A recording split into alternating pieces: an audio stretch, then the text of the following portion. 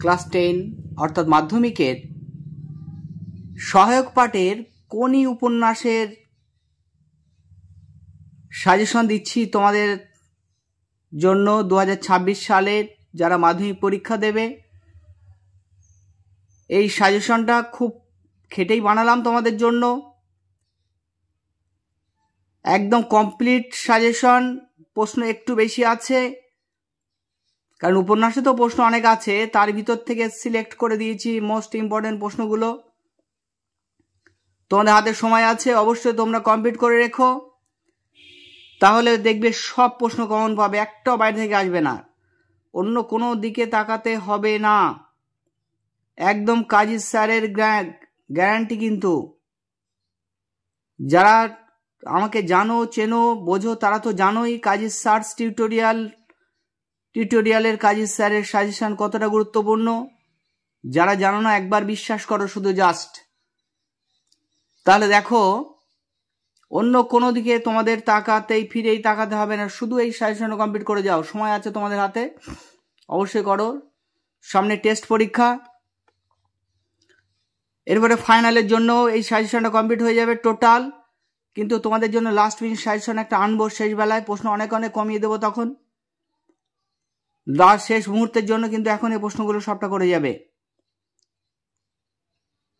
আর যারা আমার চ্যানেলে নতুন, তারা অবশ্যই চ্যানেলটা সাবস্ক্রাইব করে রেখো, বেল আইকনটা প্রেস করে রাখবে, অল করে রাখবে, যাতে সবার আগে নোটিফিকেশন তোমাদের কাছে পৌঁছে যায়।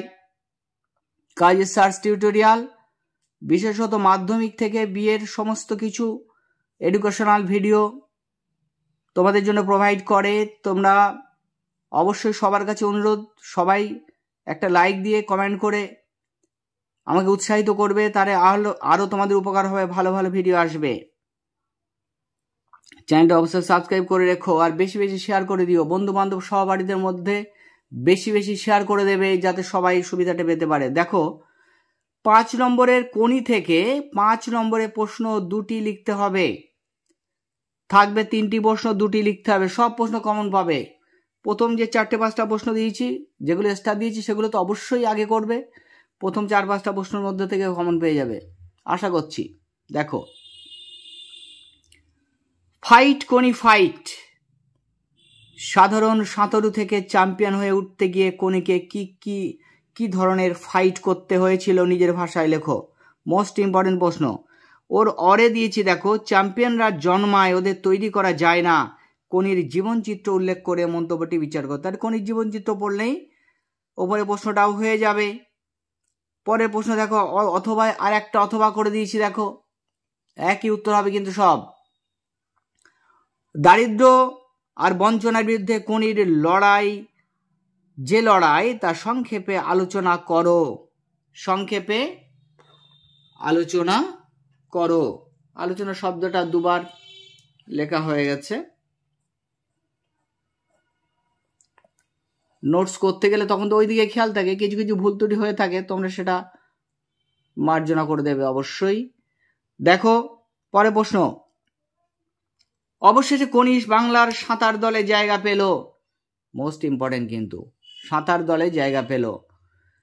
কোনি কিভাবে বাংলার সাঁতার দলে জায়গা পেল তা পাঠ্যগ্রন্থ অবলম্বনে আলোচনা করো। Very very important. পরে প্রশ্ন দেখো, কম্পিটিশনে পড়লে মেয়েটা তো আমার পা ধোয়া জল খাবে, আসতেই পারে। ভেরি ভেরি ইম্পর্টেন্ট প্রশ্ন। বক্তাকে কোন প্রসঙ্গে এই উক্তিতে বক্তার কিরূপ মনোভাব ফুটে উঠেছে। পরে প্রশ্ন দেখো, স্টার দেয়নি কিন্তু ইম্পর্টেন্ট প্রশ্ন। কোনি উপন্যাসে কোনির চরিত্র বিশ্লেষণ করো। কোনির চরিত্রটা যদি তোমরা করে রাখো ভালো করে, তাহলে দেখবে ওখান থেকে কোনি সম্পর্কে যে কোনো প্রশ্ন আসলে তোমরা উত্তর লিখতে পারছো।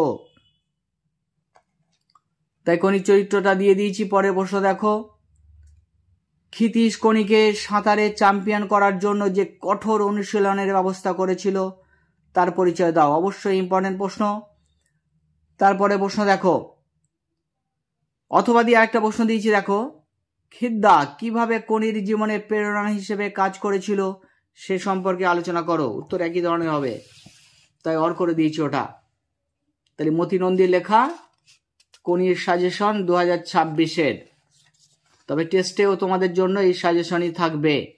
ফাইনাল আগে তোমাদের প্রশ্ন কমিয়ে দেব, লাস্ট মিনিট সাজেশন অবশ্যই আনবো। পরে প্রশ্ন দেখো, খাওয়ায় আমার লোভ নেই, ডায়েটিং করি। কার খাওয়ার লোভ নেই, তার ডায়েটিং এর পরিচয় দাও। অথবা এত কেচ্ছা সাধন করে বাঁচবেন কি করে? কে কোন প্রসঙ্গে কাকে কথাগুলি বলেছিল? উদ্দিষ্ট ব্যক্তির কেচ্ছা সাধনের বর্ণনা দাও। তাহলে সে কেচ্ছা সাধন, ডায়েটিং একই বিষয়, তাহলে একই হবে। পরে অথবা দিয়ে দেখো আরেকটা প্রশ্ন দিয়েছে। এই যে অথবা দিচ্ছি তোমাদের এটা সুবিধা হয়ে যাচ্ছে, তোমরা বুঝতে পারছো একই ধরনের প্রশ্ন কোনগুলো হবে। গলার স্বরে বোঝা গেল এর জন্য সে গর্বিত। কে কিসের জন্য গর্ব অনুভব করেছেন, তার গর্বের বিষয়টি ব্যাখ্যা করো। তারপর নেক্সট দেখো, না আমি নামবো না, এটা ইম্পর্টেন্ট প্রশ্ন।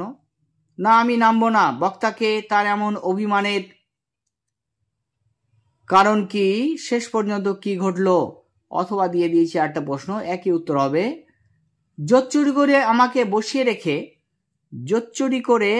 বসিয়ে রেখে এখন ঠেকাই পড়ে এসেছে আমার কাছে। কোনির এই অভিমানের কারণ কি, এর পরবর্তী ঘটনা সংক্ষেপে লেখো। এর পরবর্তী ঘটনা সংক্ষেপে। পরে প্রশ্ন দেখো, সাঁতারু অনেক বড় বড় সেনাপতির থেকে, মোস্ট ইম্পর্টেন্ট, আসতে পারে পরীক্ষায়, সেনাপতির থেকে বক্তাকে এই কথার মধ্য দিয়ে তিনি কি বোঝাতে চেয়েছেন? অথবা বক্তাকে অনুসরণ করে উদ্ধৃতিটির তাৎপর্য বিশ্লেষণ করো। নেক্সট প্রশ্ন দেখো, খিদ্দা এবার আমরা কি খাবো? বক্তাকে উদ্দিষ্ট ব্যক্তি কিভাবে তাদের সাহায্য করেছিল? এই সেটা তিনটে প্রশ্নের স্টার দিয়ে দিয়েছি, তিনটের মধ্যে একটা না একটা আসবেই। পরে প্রশ্ন দেখো, আসবেই। এটা বুকের মধ্যে পুষে রাখুক। কি পুষে রাখার কথা বলা হয়েছে, কি কারণে এই পুষে রাখা? অথবা চিড়িয়াখানায় কোনিকে নিয়ে বেড়াতে গিয়ে কি ঘটেছিল, এই ঘটনা থেকে ক্ষিতীশের কি মনে হয়েছিল? একই ধরনের উত্তর হবে, তাই অথবা করে দিয়েছি। অথবা এটাই ওকে উত্তেজিত করে বোমার মতো ফাটিয়ে দেবে আসল সময়ে। এটাই ওকে উত্তেজিত করে বোমার মতো ফাটিয়ে দেবে আসল সময়। এই ভাবনাটি কার ছিল? কোন ঘটনার পরিপ্রেক্ষিতে এই ভাবনাটা আলোচনা করো। দেখো মোস্ট ইম্পর্টেন্ট প্রশ্নগুলো দেওয়া হয়ে গেল। এবারে আরো কিছু প্রশ্ন দিয়েছি, এইগুলো তোমরা পড়ে রাখবে আগে থেকে, অবশ্যই সময় আছে, পড়ে রাখো। 10 নম্বর কিন্তু থাকবে কোনি থেকে, 5 নম্বরের দুটো প্রশ্ন। দেখো, 4 বছরের মধ্যে প্রজাপতি ডানা মেলে দিয়েছে। প্রশ্ন, প্রজাপতি কিভাবে ডানা মেলে দিয়েছিল? অথবা প্রজাপতিকে ঘিরে ক্ষিতীশ সিংহের পরিবারের কোন ছবি ধরা পড়েছে? নেক্সট দেখো, ট্যালেন্ট ঈশ্বরের দান। ট্যালেন্ট কি? ট্যালেন্ট সম্পর্কে ক্ষিতীশ সিংহের মতামত কি ছিল, লেখো। তোমাদের এইভাবে একদম সুন্দরভাবে সাজেশন উপস্থাপন আমি করলাম, তোমরা দেখো, আর অন্য কোনো দিকে তাকাতে হবে না, বারবার বলছি, সব আসবে। নেক্সট দেখো, তোর আসল লজ্জা জলে, আসল গর্ব জলে। কোনির কোন কথার প্রসঙ্গে কথা বলা হয়েছে? তার আসল লজ্জা ও আসল গর্ব জলে বলার কারণ কি? পরে প্রশ্ন দেখো, মেডেল তুচ্ছ ব্যাপার, কিন্তু একটা দেশ বা জাতির কাছে মেডেলের দাম অনেক, হিরোর দাম অনেক। কোন প্রসঙ্গে কে বলেছে, উক্তিটির তাৎপর্য বুঝিয়ে দাও। পরে প্রশ্ন, তাহলে ওখানে ওপরে যে টেস্টটা দিয়ে দিচ্ছি ওটা ভালো করে রাখবে, অবশ্যই প্রশ্নটা করে রাখবে। দেখো, জুপিটার ক্লাবে ক্ষিতীশ সিংহের বিরুদ্ধে কি অভিযোগ আনা হয়েছিল, তার উত্তরে ক্ষিতীশ সিংহ কি জবাব দিয়েছিলেন? পরে প্রশ্ন, কোনির পারিবারিক জীবনে বর্ণনা দাও, পড়ে রাখবে ভালো করে। পরে প্রশ্ন, কোনি উপন্যাসের কাহিনী অবলম্বনে স্বামীর যোগ্য সহধর্মিণী রূপে লীলাবতীর পরিচয় দাও। তাহলে যোগ্য সহধর্মিণী রূপে লীলাবতীর পরিচয় দাও। পরে প্রশ্ন দেখো, ওইটাই তো আমি রে, যন্ত্রণাটাই তো আমি। বক্তা কে, উক্তিটির তাৎপর্য বিশ্লেষণ করো। পরে প্রশ্ন দেখো,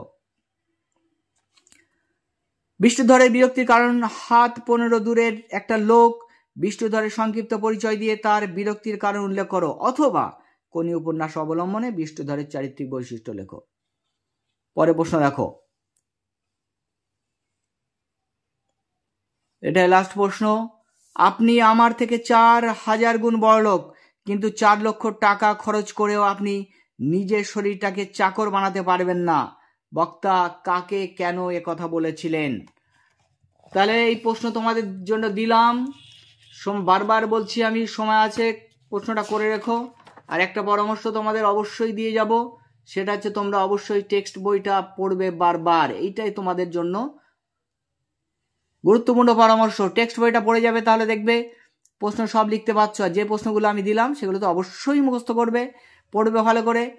আর স্টার দেওয়া, যেগুলো স্টার দিয়ে দিয়েছি, সে স্টার দেওয়া প্রশ্নগুলো অবশ্যই সবার আগে কমপ্লিট করে যাবে। যারা প্রশ্ন কম পড়তে চাইছো তারা এটাই করবে। আর আমি লাস্ট মিনিট সাজেশন আবার তোমাদের জন্য আনবো, তাহলে প্রশ্ন অনেক অনেক কমিয়ে দেবো পরীক্ষার ঠিক আগের মুহূর্তে। আর তোমরা অবশ্যই শেষে আবার অনুরোধ, তোমরা চ্যানেলটা সাবস্ক্রাইব করে রাখো, বেল আইকনটা অল করে রাখো, যাতে সবার আগে এই ধরনের ভিডিও তোমাদের কাছে পৌঁছে যায়। আর তোমরা বেশি বেশি শেয়ার করো, এটা অনুরোধ, বেশি বেশি শেয়ার করো। দেখবে এর বাইরে কোনো প্রশ্ন আসবে না। তোমরা যে কোনো যাই ফলো করো, যে সাজেশনে ফলো করো, এইটা হচ্ছে ফাইনাল, একদম কমপ্লিট সাজেশন সব দিক দিয়ে। এর বাইরে আসবে না, একদম গ্যারান্টি এটা কাজে স্যারের। তোমরা বেশি বেশি শেয়ার করো, লাইক করো, কমেন্ট করো। লাইক কমেন্টের উপরে উৎসাহটা বাড়ে। ভালো ভালো কমেন্ট করো, তাহলে অনেক ভালো ভালো ভিডিও বানাতে পারবো তোমাদের জন্য। অবশ্যই তোমরা ভালো থেকো, সুস্থ থেকো। আজকের ভিডিওটা এই পর্যন্তই।